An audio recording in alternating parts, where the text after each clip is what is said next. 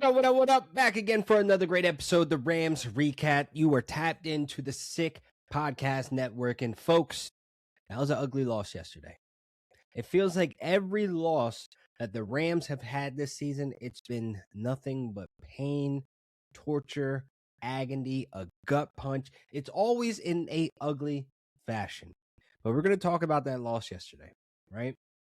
We're going to iron some things out. We're going to tap all the way in. Okay, so folks, make sure you are liking, subscribing. Make sure you hit that share button as well. Get the voice out there. I'm trying to feed the streets. I'm trying to help the Ramley get all collected right now. It's a long open. But Sammy, hit the intro. Turn up your volume. Because you're about to listen to The Sick Podcast. Rams Recap with Laquan Jones. They rush forward, throw for it. He's hit, he's sacked, he throws it away, he flings it away on fourth down. Aaron Donald got there, and you can build that man's statue out SoFi Stadium right now. The greatest of all time on defense does it in the biggest moment of Super Bowl 56. The sickest Los Angeles Rams podcast. It's gonna be sick. All right, Ramley, let's tap in. Ugly loss yesterday. I don't want to discuss the MVP race, right? So if you were here, to receive, to process any information about Matthew Stafford winning the MVP, fumbling the MVP, whatever your belief is, we're not here to debate that.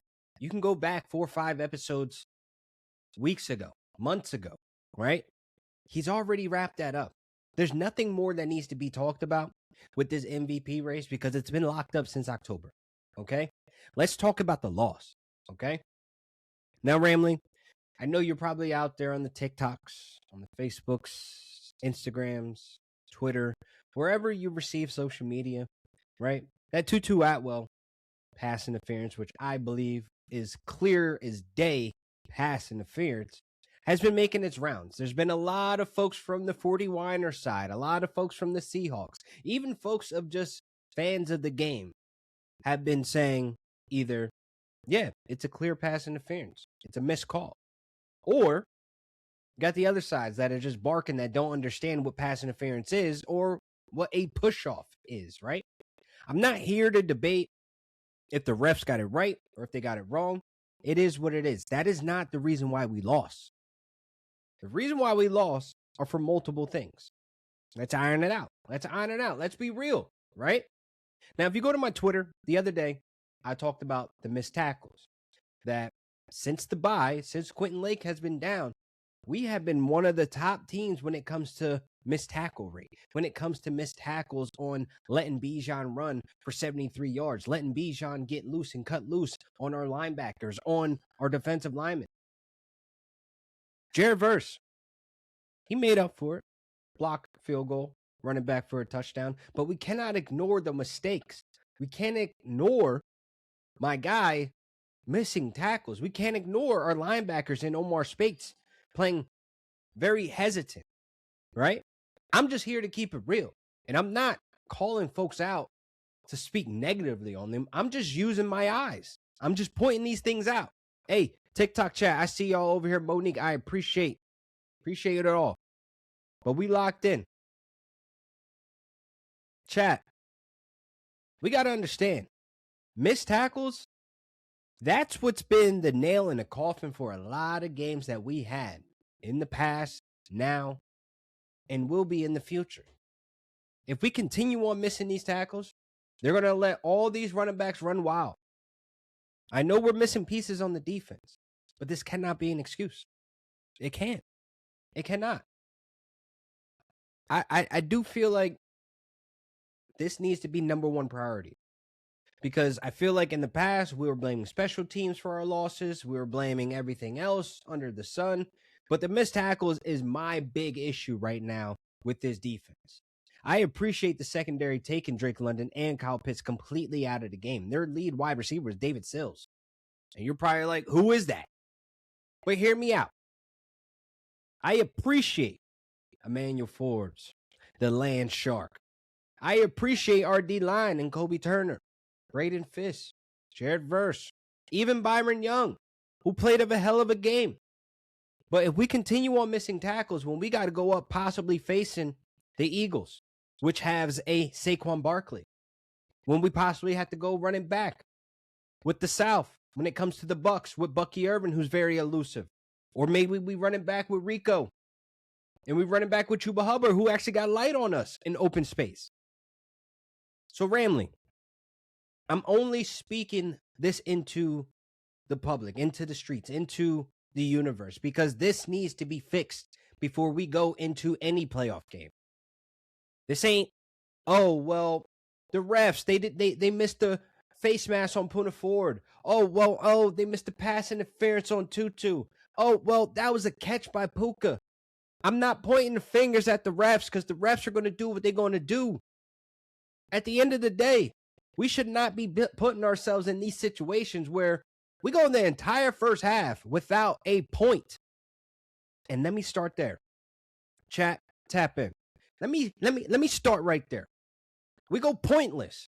Where I appreciate the aggressiveness that Sean McVay displays at times when it comes to going for it on fourth down. But when we go for it on fourth down in field goal range, which again, I don't want to play this sniff snap game of complaining like, hey, our special teams hasn't been the greatest. I know he has PTSD when it comes to our special teams. But hey, Sean, we got to take these points. When you see the offense kind of lagging and they're not getting that bounce in their step off rip, got to take the points. There should be no reason why, again, 4th and 1, you do hand that ball to Kyron, but we don't have healthy left tackles or right tackles. Like, we have replacements, but DJ Humphrey should be announcing his retirement right now. No disrespect, but bro, nah. We cannot have that in the playoffs. But again, multiple times, there's points on the table that we leave. We got to take the points when we can get them. I know the mentality that Sean McVay has instilled the culture into this locker room. We are here. We're going to be aggressive. We're going to punch the defense in the mouth. But okay, cool. This was a trap game. Folks, we knew this. We knew this was a trap game. We knew that the Falcons were to come out there and play their best ball. Raheem Morris and Zach Robinson, these are guys that were on our staff. They know us very well. This was a different dynamic to this game. This wasn't the Falcons who were god-awfully trash in the South, trying to win a division from the Saints and Bucks and the Panthers. This was one of those, oh, I know you, I know your tendencies, I know what you like to do, watch me do this. And that's exactly what happened. Now, McVay, I know he's going to bounce back. I know he's going to get this offense right. I know he's going to get Stafford on the same page with his wide receivers. Now, chat, let's start with the wide receivers. I'm going to start by saying this. In August, maybe even July, I'm not even going to cap, but Konate Munfield, he's been on this pod. This very pod, Konate Munfield, has been on this pod. There's so much potential in him. So much potential. He could be literally the replacement for Devontae Adams in the next 2 years. Development needs to happen. But I don't want to sacrifice his opportunities by leaving Jordan Whittington only with 13 snaps or leaving Tutu Atwell with 13 snaps. These are already established talents and guys that we have. I don't want to see another game where I don't see Tutu Atwell running the same routes as Xavier Smith, where we've seen Tutu Atwell show up in multiple times of like with Cooper Kupp injured, with Puka injured. He can run more than a 9 route. He could be more than just a deep threat. We've seen Stafford and him connect on some crucial third downs. We have to utilize Tutu. We paid him $10 million. What are we doing? Those same plays that I believe that we run for Puka when he's on the sideline, why are we not running them for Jordan Whittington? Jordan Whittington in open space is like a freaking running back. Previous running back at Texas his freshman year, by the way. There's so much depth and potential that we have that we constantly just sideline it, right? Again, huge fan of Konate Munfield, but him having the second most snaps among that wide receiver room behind Puka Nacua, come on, Sean. Come on, Sean. I think I think we know what we have in our room. And Xavier Smith is balling this season. Yes, bro is earning his contract. But at the same time, we can't have him gassed out running for that deep ball that Stafford missed on. We have Tutu Atwell, who is fresh legs. Xavier Smith just ran a similar route the previous plays. Like, we got to start really understanding the moments, the situations. I really don't know what it is to get this team on track, but I will say, without Alec Jackson, without Devontae Adams, right? These are key pieces, right? Without Tyler Higbee. Not saying that, Davis Allen, Terrace Ferguson, Colby Parkinson hasn't stepped up, but there's certain security blankets, there's certain rhythms and systems and chemistry that is already built there. And luckily, we're going to get these reinforcements back for the playoffs. So that's why, Ramley, you should not be freaking panicking right now. There's so much negativity on the timeline. I'm just really disgusted with our fan base. Like, I like to look at the picture in reality, but some of y'all are just painting this dark, wicked picture as if we've been eliminated from the playoffs. We still have time to make these adjustments. So I don't want us out there with this negativity campaign saying, oh my God, same old story. Oh my God, we suck. Oh my God, we're the 5th and 6th seed. Who cares what seed we are? We're in the dance. We're at the playoff berth. Like, we are already here. All these games, the Falcons game meant literally nothing. Okay? The 5th seed is still attainable in week 18 against the Cardinals. My problem is with the Rams fans is that we only look at the dark side. We don't ever really look at the adjustments we made. We don't ever look at the light, okay? I see guys like a Konate Mumfield. There's potential there. Without Devontae Adams' sideline, we don't get this type of reps or development. But again, I don't want to sacrifice it with already established talent. These are mistakes that we need to clean up. The missed tackles, clean it up. We need to be a little bit more versatile in this rotation with these wide receivers. And why are we not using Terrence Ferguson more often than not? Like, my bro is catching nothing but deep balls, as he should, as one of the fastest tight ends, if not the fastest tight ends in the league. He was the fastest out of his rookie class out of the combine, so the speed is there. But I need to see more out of him. 19 snaps ain't going to do it. I need him as a full-time starter to give us more opportunities in this passing game. Instead of trying to develop and rely on lack of chemistry between Stafford, Xavier Smith, Konate Mumfield, and et cetera, where we have guys with already established chemistry with Stafford and Tutu Atwell and Jordan Whittington. So I'll say this, right? I hope Adams is up and at him. I hope he is good. I hope he's ready for the playoffs. Because I don't want to be sitting here in a wild card, whoever we're facing, if it's the Bears, the Eagles, Bucks, Panthers, who cares? Who cares what the weather is? Who cares where we at? I just don't want to be talking about these same mistakes. Missed tackles, special teams, and the rotation of our pass catchers. That's my only big complaint. Chat, am I wilding? TikTok, I see you. Chat, am I wilding?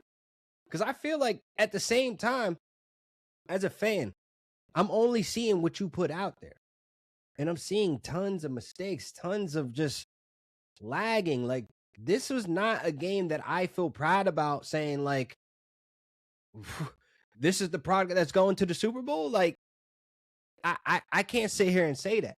You feel me? And like, I don't want to get up here and get all in my feelings about it, but like, this is facts. This is a Super Bowl winning team, but we have to play like it. We have to act like it, right? We have to have the certain pieces in the right areas. I hope Blake Corum is fine. I hope Kyron's ankle is fine, right? Alger Jackson, we need you back, bro. Again, DJ Humphries, this is our biggest op. I ain't going to hold you. Bro was playing against us. Like, you got to remember, this is a former Cardinal. They probably got him under special orders. I'm joking, but, bro, I'll say the Puka touchdown wasn't his fault. That was not holding whatsoever. If you see the play where Puka catches that bomb, that's not a hold, right? Like, my timeline right now is just full with just negativity from the Ramley, negativity from the outside, but I don't care. They supposed to be negative, right? The same way I be barking against them whiners and the sea chickens. Bring the smoke. That you're supposed to do that. You feel me? Like, I'm not going to sit here and boo-hoo and cry about it. I'm not going to sit here and blame the refs when we made mistakes. Stafford, the pick sixes, the interceptions, the turnovers.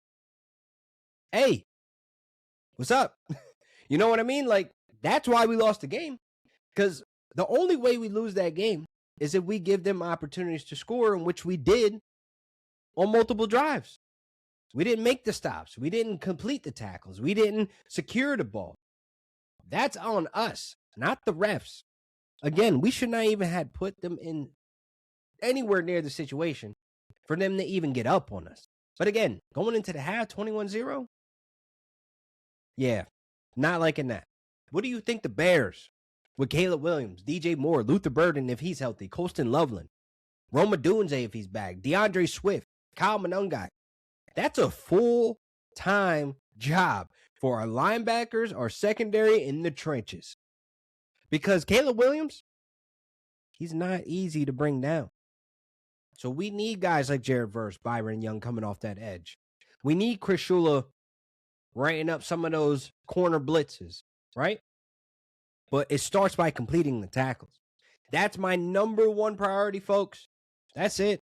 That's all I really got for you for this episode. Because at the end of the day, there's nothing else that I can say we could look forward to because the season's over. We know what we have to do. It's time to lock in. And I'm here to spit the real. I'm not here to paint a fake picture and be like, oh, no, everything's going to be okay. Let's put a Band-Aid on it. No. These are issues that need to get addressed today. Because going into the playoffs, one wrong move, one decision, leaving points on the table, this is what's going to happen. We're going to take losses that are ugly in this fashion. Every single loss that we took this year has been in an ugly fashion. If it was Kyron fumbling, if it was Stafford turning it over, if it was Emmanuel Forbes, Tetero McMillan touchdown, if it's how we lost in the fashion yesterday, if it's the 2-point conversion that we have never seen with the Sea Chickens, right? Can't blame the refs. Can't blame the refs for fumbles or decision-making to go for it when we have somewhat of a kicker now. Thicker to kicker, pause, right? He's been accurate. He only got one miss on the season, so why are we leaving points on the table twice? We should have been up 6 points. Let's keep it a bean. This game should have been over. This shouldn't have been come down to the wire to a pass interference to Tutu Atwell. Again, which we all saw was clear as day. And for the folks, before I get out of here, you guys do not understand what a push-off is. That's the problem. You folks, you, TikTok, yeah, I see y'all in here. I see y'all chat. Y'all do not know what a push-off is. A push-off, right, is when the pass catcher is either two hands pushing off, creating separation, or one hand creating the separation. What separation did Tutu Atwell create? None. So for you folks out there saying he pushed off, he's pushing off because his arm is hooked. Not only did that Falcons defender hook him with his left hand, he also did it with his right hand. So no matter what angle you see, it is pass interference, clear as day. But again, that's not why we lost. So Ramley, don't be on the internet. Don't be on Facebook. Don't be in the groups. Don't be in your group chat. Don't be on TikTok. Don't be on Instagram, Twitter, any social media platforms, or even outside in the real world talking about the refs costed this game. We lost this game. Multiple mistakes were made. So tighten up. All right, that's all I got. All right, so make sure you guys are liking, subscribing, TikTok. Hey, I appreciate y'all jumping in the chat. I appreciate y'all listening to your boy. I'm going to stay on for a little bit longer, but make sure y'all go to YouTube when I upload this to the Rams Recap, the Sick Podcast Network. Make sure y'all lock in and tap in and throw your boy a sub. But hey, listen, on to next week, right? Week 18, let's finish strong, all right? There's still moves to be made. I'm not going to be on the internet with anybody arguing about this MVP campaign for Matthew Stafford because it's been locked up already, folks. Have a good one. And that's a wrap. Hope you don't miss us too much until next time. Follow the Sick Podcast Rams Recap with Laquan Jones on YouTube, Instagram, Facebook, Google Play, and Apple Podcasts.